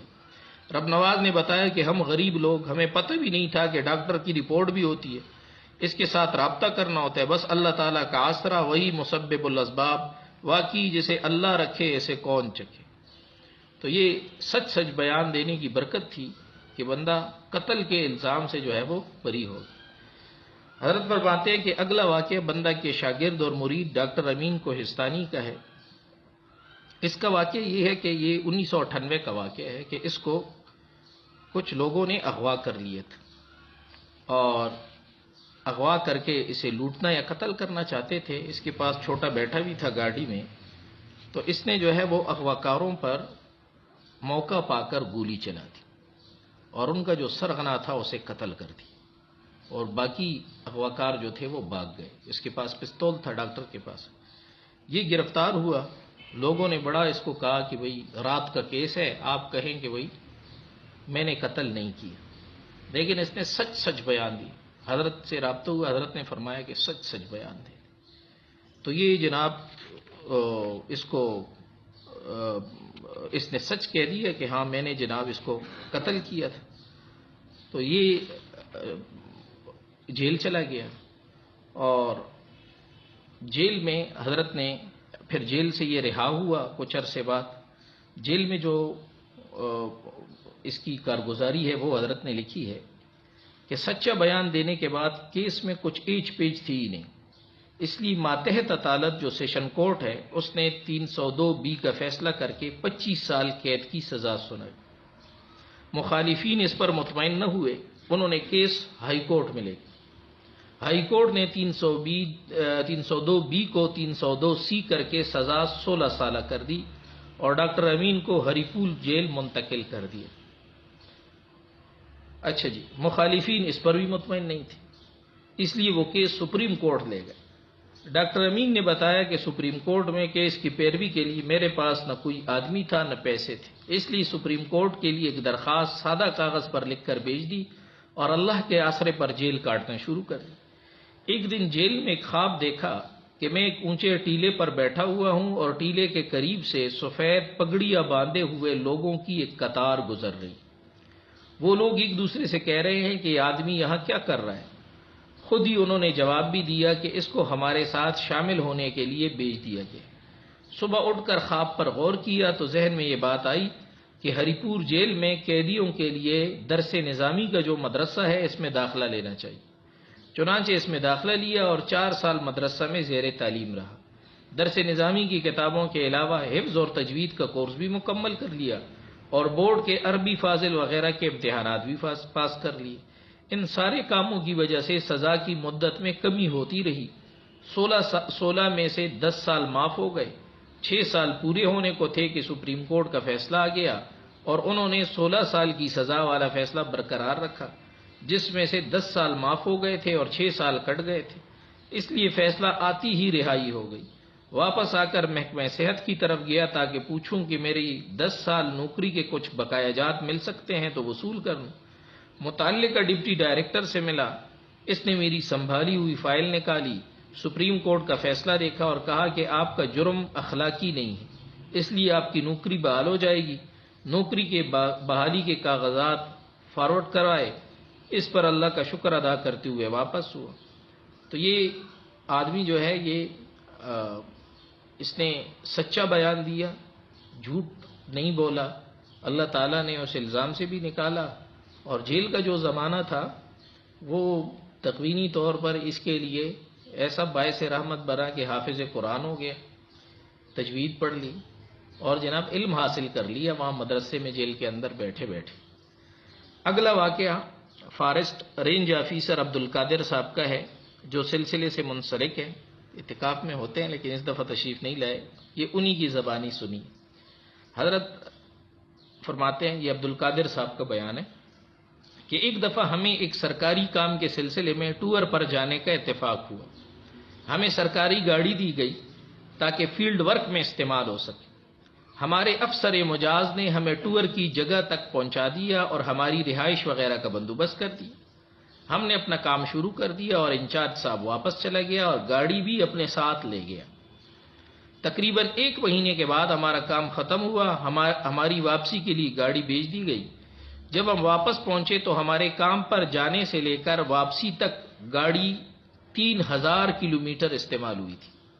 افسر صاحب پورا مہینہ اس کو اپنے کاموں کے لیے استعمال کرتے رہے۔ متعلقہ آفیسر نے لاگ بک آگے کر کے مجھ سے کہا کہ یہ 3000 کلومیٹر اپنے فیلڈ ورک میں ایڈجسٹ کر لو، یہ حکومت کے کھاتے میں ڈال دو۔ میں نے معذرت کی۔ اس پر آفیسر مجھ سے ناراض ہو گیا اور سزا کے طور پر مجھے پروجیکٹ میں انگریزوں کے ساتھ ڈیوٹی کرنے کا حکم صادر فرمایا۔ اس پر باقی ساتھی نے مجھے نصیحتیں کی کہ افسر کے ساتھ ٹکر لینا مصیبت سے خالی نہیں۔ میں نے کہا اللہ مالک ہے، یہ جو ایماندار دیانتدار افیسر ہیں تو ان کے لیے بڑا مشکل ہوتا ہے نا وقت گزار، اور عموماً وہ اس موقع پر جو ہے وہ پھر چونکہ وہ بڑا افسر ہے لہذا نقصان پہنچا دے گا تو خاموشی اختیار کر لے۔ بڑے نیک لوگ، پرہیزگار لوگ، ذاتی زندگی میں بڑے پرہیزگار ہوں گے، لیکن ایمان کی اس سطح پر جمنا یہ بڑا ان کے لیے پھر مشکل ہوتا ہے۔ حالانکہ ایمان تو استقامت چاہتا ہے۔ ایک صحابی حضور اقدس صلی اللہ علیہ وسلم کی خدمت میں حاضر ہوئے اور عرض کیا کہ یا رسول اللہ، مجھ سے نا یہ لمبی چوڑی باتیں جو ہے یہ مجھے یاد نہیں رہی، لمبی چوڑی تعلیمی تفصیلات یہ میرے ذہن میں نہیں بیٹھتی، مجھے کوئی مختصر سی نصیحت کرے بس تاکہ اس کو میں تھام لوں اور نجات پالوں۔ تو آپ صلی اللہ علیہ وسلم نے انہیں 2 لفظوں میں ساری ایمانی زندگی کی حقیقت بتائی کہ قل آمنت باللہ، قل آمنت باللہ ثم استقم، کہ آمنت باللہ کہو اور پھر اس ایمان پر جم جاؤ، اس پر مضبوطی کے ساتھ استقامت کے ساتھ جم کے کھڑے ہو جاؤ، بس یہی ساری حقیقت ہے۔ تو جو ایمانی تقاضے ہیں ان پر جمنا ہوتا ہے. آگے کی مشکلات جو بھی ہوں وہ تو بعد میں دیکھی جائے گی. فی الحال جو شریعت کا امر ہے اس کو بندہ مضبوطی سے تھام لے، شریعت کے حکم کو تھام لے. تو میں نے کہا اللہ مالک ہے. ٹھیک ہے، یہ عقیدے کی اصل ایمان کی آواز ہے نا کہ اللہ مالک ہے. ٹھیک ہے، تو انسان جب اپنے اوپر یہ سایہ محسوس کرتا ہے کہ میرے سر پہ اللہ رب العزت موجود ہے اور اللہ کی قدرت کے تحت ہوں میں، اللہ کے ارادے کے تحت ساری کائنات ہے، تو پھر جناب اس کے لیے کوئی مشکل نہیں ہوتا. مختصر یہ کہ میں نے انگریز CTA کے ساتھ ڈیوٹی شروع کر دی. اس ڈیوٹی کے دوران بندہ کی وہی پاکستانی تنخواہ تھی. گھر سے باہر ہونے کی وجہ سے اور مسافری کی وجہ سے اخراجات بڑھ گئے.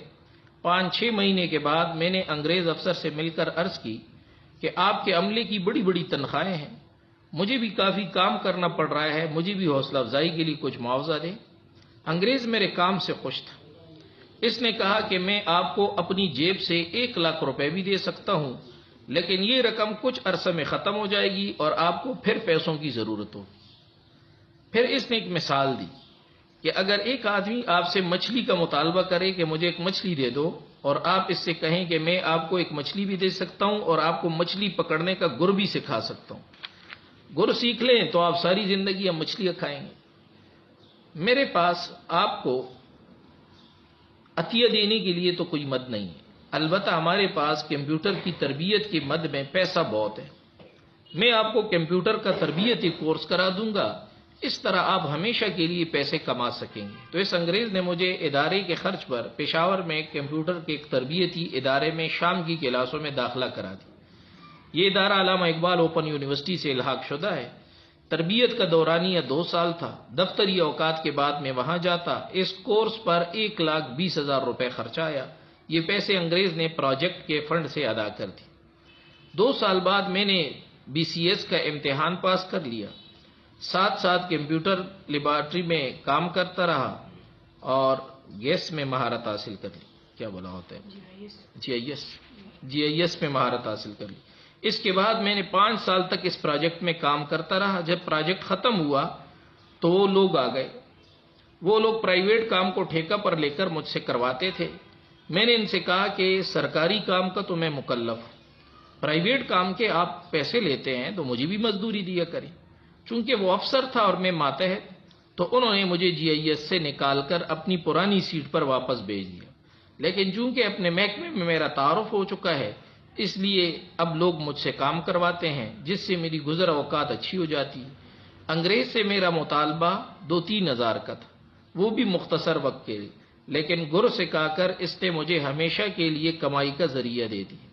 اس طرح سے وہ سزا جو دیانتداری کے بدلے میں ہمارے افسر صاحب نے مجھے دی تھی، میرے لیے رحمت ثابت ہو گئی. تو دیانتداری کی وجہ سے انسان پر جو مشکلات آتی ہے، اس میں انسان کے لیے بڑی خیر ہوتی ہے اور انسان اس کے بڑے زبردست فوائد سمیٹتا ہے. دنیا کے اعتبار سے بھی ملتے ہیں، روحانی اعتبار سے بھی اسے سلوک طے ہوتا ہے. وہ مجاہدہ اضطراری مجاہدہ ہوتا ہے جو انسان پر آ جاتا ہے، اس سے بہت زیادہ فوائد حاصل ہوتے ہیں. لہذا دیانت امانت اس کو ہاتھ سے نہیں جانے دینا چاہیے کہ جو مشکلات ہوں اللہ کی رضا کے لیے انسان برداشت کرتا رہے. کہ خدا شرع برانگیزت کی خیر ما درآ باشد، اللہ ایسے شرط کو وجود دیتا ہے جس میں ہماری خیر ہوتی ہے. قرآن کریم میں اللہ تعالیٰ کا ارشاد ہے کہ کیا تم یہ گمان کرتے ہو کہ تمہیں صرف ایمان لانے پر چھوڑ دیا جائے گا اور تمہیں آزمایا نہیں جائے گا. تو جب انسان اپنی اصلاح کے بارے میں غور شروع کرتا ہے اور اس کو حاصل کرنے کی کوشش کرتا ہے تو انسان کے راستے میں اللہ تعالیٰ کی طرف سے آزمائشیں آتی. انسان کے بننے اور بگڑنے کا پتہ آزمائش کے مواقع پر چلتا ہے. حضرت نے جو آیت کا ترجمہ لکھا ہے یا مفہوم لکھا ہے، احسب الناس ان یقولوا ان یترکوا ان یقولوا آمنا وهم لا یفتنون. تو اسی رکوع میں نا نیچے اللہ تعالیٰ نے مختلف آزمائشوں کا ذکر کیا ہے کہ انسان کو کون کون سی آزمائشوں سے واسطہ پڑتا ہے. اس میں سب سے پہلے انسان کا نفس ہے. انسان کا نفس اس کو آزمائشوں میں ڈالتا ہے. دوسرے نمبر پر انسان کا خاندان ہے، والدین ہے. ان کی طرف سے آزمائشیں آتی ہیں۔ تیسری سطح پر معاشرہ ہے، ریاست ہے، اور معاشرے میں کام کرنے پر معاشرے کی طرف سے بعض اوقات آپ کے بڑے آفیسرز کی طرف سے، حکمرانوں کی طرف سے، ان کی طرف سے آزمائشیں آتی ہیں، وہ بددیانتی پہ مجبور کرتے ہیں۔ تو وہاں جناب دیانت اور امانت پر جمنا، کھڑے ہونا، ایمان کے تقاضوں کو پورا کرنا، یہ آزمائشیں اللہ فرماتے ہیں یہ آئیں گی۔ حسب الناس، کیا لوگوں نے یہ گمان کر لیا، یترکو، کہ وہ اس بات پر چھوڑ دیے جائیں گے، یقولوا آمنا، کہ وہ ایمان کا دعویٰ کرتے ہیں کہ ہم مسلمان ہیں، ہم مومن ہیں، اس پر آپ چھوڑ دیے جائیں گے۔ وہم لا یفتنون، آپ کی آزمائش نہیں ہوگی، ایسا قطعاً نہیں ہوگا۔ آزمائش اللہ تعالیٰ ضرور لاتے ہیں۔ چھوٹی آزمائش ہے نفس کی طرف سے، وہ آزمائش کا سامنا تو ہمیں ہر دن کرنا پڑتا ہے، ہر لمحہ کرنا پڑتا ہے۔ انسان اپنے نفس کے ہاتھوں کتنا خوار ہوتا رہتا ہے، ذلیل ہوتا رہتا ہے۔ اسی طرح پھر جناب خاندان کی طرف سے آزمائشیں شروع ہو جاتی ہیں، اور معمول آزمائشیں آتی ہیں، انسان کی جان پر بھی آ سکتی ہے، مال پر بھی آ سکتی ہے، عزت و آبرو پر بھی آتی ہے۔ سب سے ہلکی آزمائش یہ ہے کہ انسان کے مال پر آئے، ٹھیک ہے، یہ چھوٹی آزمائش۔ اس سے بڑی آزمائش یہ ہوتی ہے کہ انسان کے جان آبرو پر آ جائے، اور اس سے بھی بڑی آزمائش یہ ہے کہ انسان کی ایمان پر آ جائے، ایمان کے لالے پڑ جائیں انسان، یہ سب سے بڑی آزمائش ہوتی۔ تو ان آزمائشوں میں انسان کے بننے اور بگڑنے کا پتہ چلتا ہے کہ انسان بنا ہوا ہے یا بگڑا ہوا ہے۔ اگر وہ آزمائش میں ناکام ہوتا ہے، ایمان کے تقاضوں کو چھوڑ دیتا ہے، تو اس کا مطلب ہے بنا نہیں۔ جب نفس کے مزے کو چھوڑ کر مفاد کو ٹھکرا کر فائدہ مل رہا ہے، پیسہ مل رہا ہے، عہدہ مل رہا ہے، صرف کس پر خاموش ہو جاؤ یا بددیانتی میں ساتھ دے دو، تو انسان وہاں ساتھ نہیں دیتا، بہت بڑا مفاد ہاتھ سے جاتا ہے، پیسہ نہیں مل رہا، ترقی نہیں ہو رہی، مشکلات آ رہی ہیں۔ تو حضرت فرماتے ہیں کہ نفس کے مزے کو چھوڑ کر، مفاد کو ٹھکرا کر، اور خطرات کو خاطر میں نہ لا کر، خطرات آ رہے ہیں، بڑے بڑے خطرات آئیں گے اگر میں جھوٹ نہیں بولوں گا، بددیانتی نہیں کروں گا، یہاں پر افسروں کا ساتھ نہیں دوں گا، تو ان کو دل میں نہ لائے۔ انسان حق پر جب جمتا ہے تو اللہ تعالیٰ کی مدد شامل حال ہوتی، اور بالآخر فتح حق کی ہی ہوتی، اور تعلق مع اللہ میں بھی اضافہ بنتا ہے۔ یہ تعلق مع اللہ، یہ انہی چیزوں سے سلوک طے ہوتا ہے۔ صحابہ کرام کا سلوک جو ہے نا، وہ لمبے لمبے وظائف سے طے نہیں ہوا۔ لمبے لمبے وظیفے صحابہ نے 1 لاکھ فلاں ذکر کیا ہو، 2 لاکھ فلاں ذکر کیا ہو۔ صحابہ کرام کا جو سلوک طے ہوا ہے وہ ایمانی راستوں میں، ایمان کی راستے میں مشکلات اٹھانے سے اور مجاہدے کرنے سے، اور جناب گھوڑوں کی پشت پر بیٹھ کر، اور جناب لمبے لمبے سفر دین کے لیے طے کرنے سے، سلوک ان مجاہدات سے طے ہوا۔ تو اللہ کے راستے میں انسان پر جو خطرات آتے ہیں، انسان جو مفادات قربان کرتا ہے، پیسہ قربان کر دیتا ہے، عہدہ قربان کر لیتا ہے، لیکن حق پر جم جاتا ہے، تو اس سے جو انسان کے نفس پہ بوجھ آتا ہے، تو اس سے اللہ تعالیٰ اس کی روحانی ترقی اس کو دیتا ہے، سلوک طے ہوتا ہے، اور تعلق مع اللہ میں بھی اضافے کا سبب بنتا ہے۔ اللہ تعالیٰ کے ہاں دیر ہے، اندھیر نہیں۔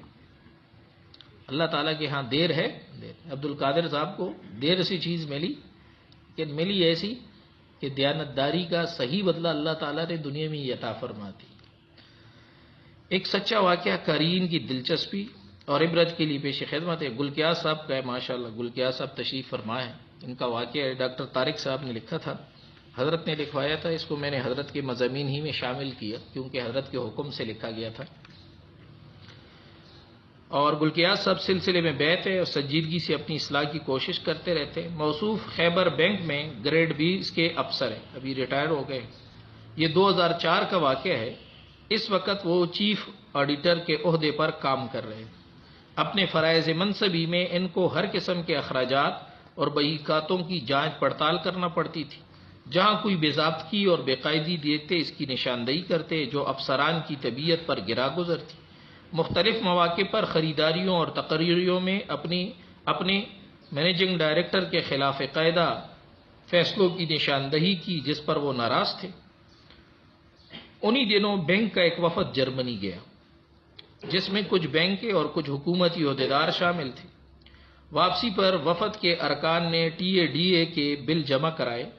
جانچ پڑتال کے دوران گلگیاز صاحب نے دیکھا کہ جماعت اسلامی کے گریڈ 17 کے افسر ہیں جو اس سفر میں سینئر وزیر کے ساتھ تھے، ان نے گریڈ 20 کی شرح پر بل جمع کرایا ہوا تھا۔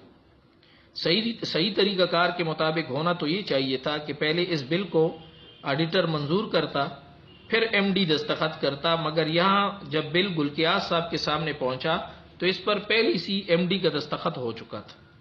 گلگیاز صاحب یہ بات جانتے تھے کہ اس آدمی کے سینئر وزیر کے ساتھ گہرے تعلقات ہیں اور ان کو نقصان پہنچا سکتے ہیں، اس لیے انہوں نے اپنے شیخ یعنی حضرت ڈاکٹر صاحب دامت برکاتہم سے مشورہ کیا کہ ایسی صورتحال میں کیا کروں، وہ لوگ میری لیے مشکلات پیدا کر سکتے ہیں۔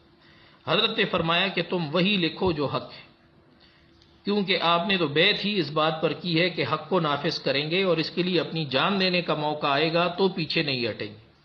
باقی اللہ تعالیٰ پر بھروسہ رکھیں، اللہ تعالیٰ حق کی مدد فرماتے ہیں اور اس کو غالب کرتے ہیں۔ وقتی طور پر اگر باطل کا پلڑا بھاری نظر آ رہا ہو تو یہ اللہ تعالیٰ کی ڈھیل ہوتی ہے اور بالآخر ایسے لوگوں کی گرفت ہوتی ہے اور بہت سخت گرفت ہوتی ہے۔ ان بطش ربک لشدید، بے شک تیرے رب کی پکڑ سخت ہے، نہ جا اس کے تحمل پر نرالی ہے گرفت اس کی، ڈر اس کی دیرگیری سے کہ ہے سخت انتقام اس کا۔ گلگیاز صاحب نے اللہ کا نام لے کر اس بل پر اپنی طرف سے نوٹ لکھا کہ اس آدمی کو اپنے گریڈ کے مطابق TADA دیا جائے اور دستخط کر دیے۔ بہرحال بینک نے اس کو نظر انداز کر کے اس کو گریڈ 20 کے ہی پیسے ہی دیے۔ جب مذکورہ بل اسٹیٹ بینک آڈٹ میں پکڑا گیا تو پھر اس پر باس پرس ہوئی اور اس کی ریکوری کرنے کا کہا گیا۔ اس پر MD اور سینئر وزیر بہت ناراض ہوئے۔ انہوں نے سوچا کہ اس آدمی سے جان چھوڑانی چاہیے، یہ تو بہت بیوقوف آدمی ہے، نہ خود کھاتا ہے نہ ہمیں کھانے دیتا ہے۔ اس افسر نے کسی کی زبانی گلگیاز صاحب کو پیغام پہنچایا کہ ہم تمہیں اس کا مزہ چکھائیں گے، لہٰذا انتقامی کارروائی کرتے ہوئے MD نے وزیر موصوف کے ایما پر 15-20 بیجا الزامات عائد کر کے گلگیاز صاحب کو نوکری سے برطرف کر دی۔ قانوناً MD کو ایسا کرنے کا اختیار ہی نہیں تھا کہ بندے کو نوکری سے برطرف کرو۔ علاوہ ازیں ضابطے کا بھی خیال نہیں رکھا گیا کہ پہلے وضاحت طلب کی جاتی، انکوائری ہوتی، بغیر انکوائری کے بغیر وضاحت طلب کے ایک افسر کو آپ نوکری سے برطرف کر دیں، یہ بھی خلاف ضابطہ تھا۔ گلگیاز صاحب پھر حضرت کے پاس آئے کہ مجھے حق بات کہنے کی پاداش میں برطرف کر دیا گیا۔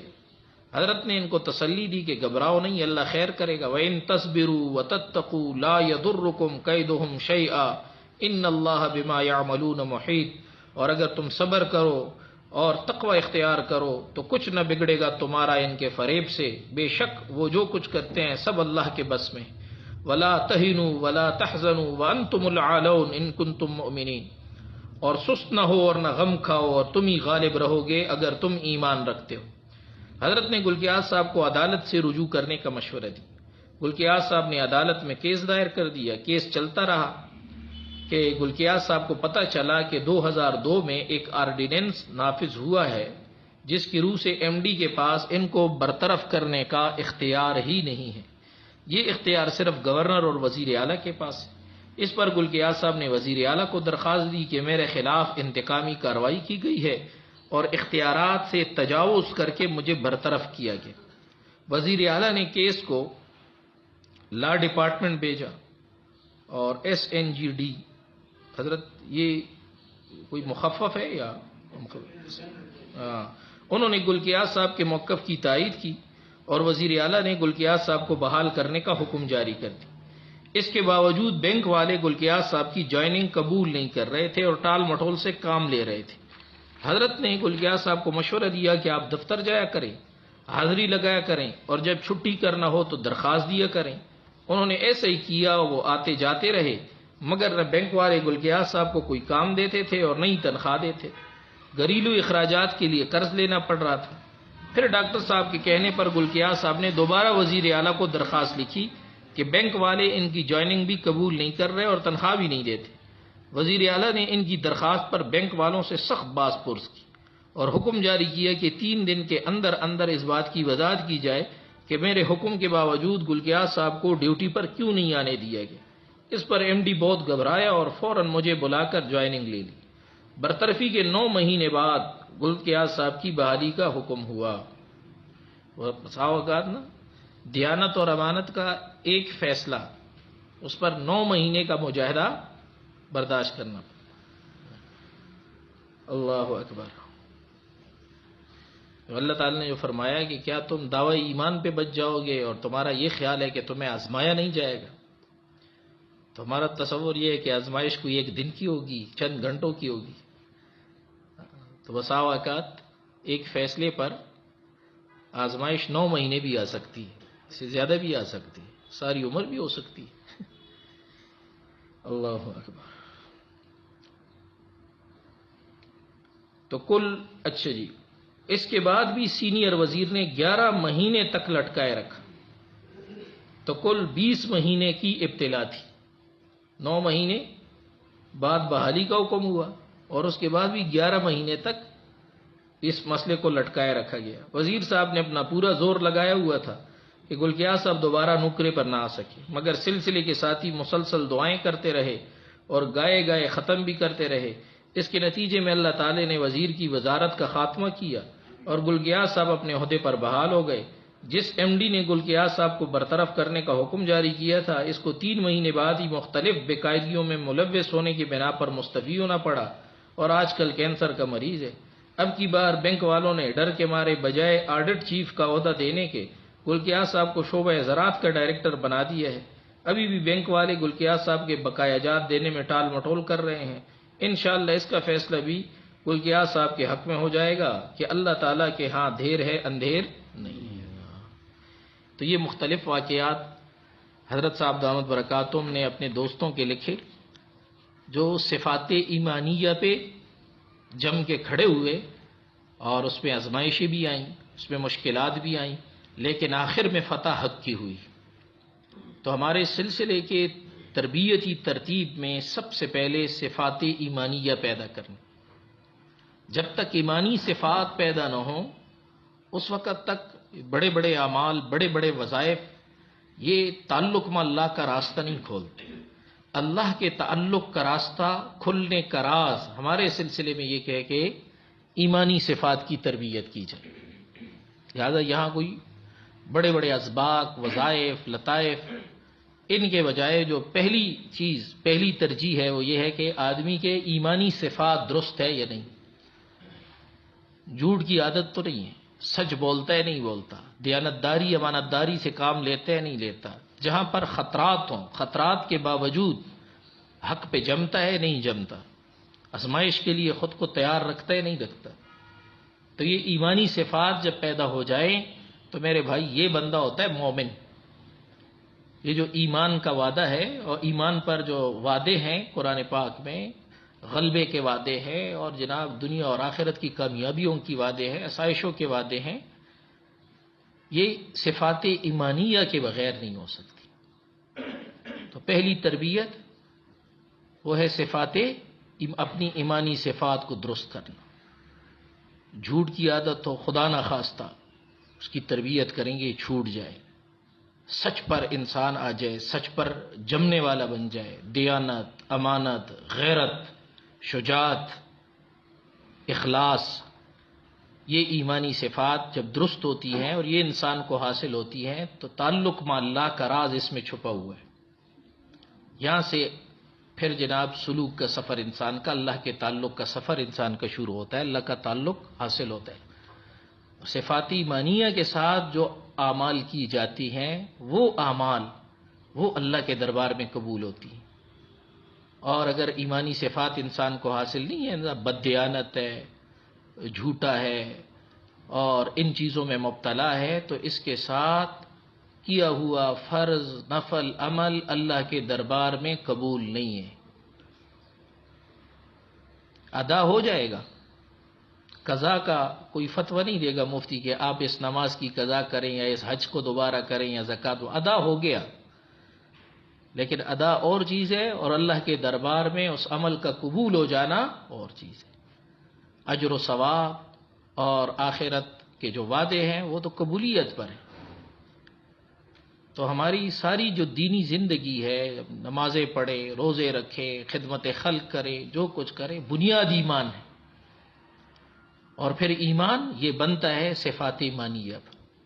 اور حدیث مبارکہ میں 70 سے زیادہ ایمانی صفات بیان ہوئی اور اس پر باقاعدہ کتابیں لکھی گئی ہیں. کتابوں کا عنوان ہوتا ہے شعب الایمان، ایمان کے شعبے. پوری پوری کتابیں لکھی گئی. امام بہقی رحمۃ اللہ نے 7 جلدوں میں کتاب لکھی ہے اس پر، جس میں صرف ایمانی صفات کا بیان ہے. شعب الایمان، ایمانی صفات کے حوالے سے جتنی احادیث ہیں ان 7 جلدوں میں انہوں نے جمع کی. ہزاروں احادیث. کتنا اہم مسئلہ ہے. تو جو واقعات آپ حضرات نے سنے عملی، حضرت نے عملی واقعات سے، ساتھیوں نے اپنے عمل سے دکھایا ہے کہ سچ بولنے کے کیا ثمرات ملتے ہیں، دیانت اور امانت کے کیا ثمرات ملتے ہیں، اور اس معاملے میں جو خطرات آتے ہیں، حق پر جمنے میں جو خطرات آتے ہیں، ان خطرات کو برداشت کر کے پھر جو انسان کو جو کچھ اللہ کے دربار سے ملتا ہے، اس سے جو اللہ کا تعلق حاصل ہوتا ہے اور اللہ کی محبت اس سے پیدا ہوتی ہے، جو انسان کو برکات ملتی ہیں، ان ساری آپ نے ماشاءاللہ یہ واقعات سنے ہیں. تو یہ ہمارا جو پہلا سبق ہوتا ہے اعتکاف کا، وہ یہی ہوتا ہے کہ انشاءاللہ ہم نے اپنی تربیت کا آغاز کرنا ہے، اپنے ایمان کو درست کرنا اور ایمانی صفات کو حاصل کرنا. کہ انشاءاللہ حضرت صاحب اس پہ سبحانک اللہم و بحمدک.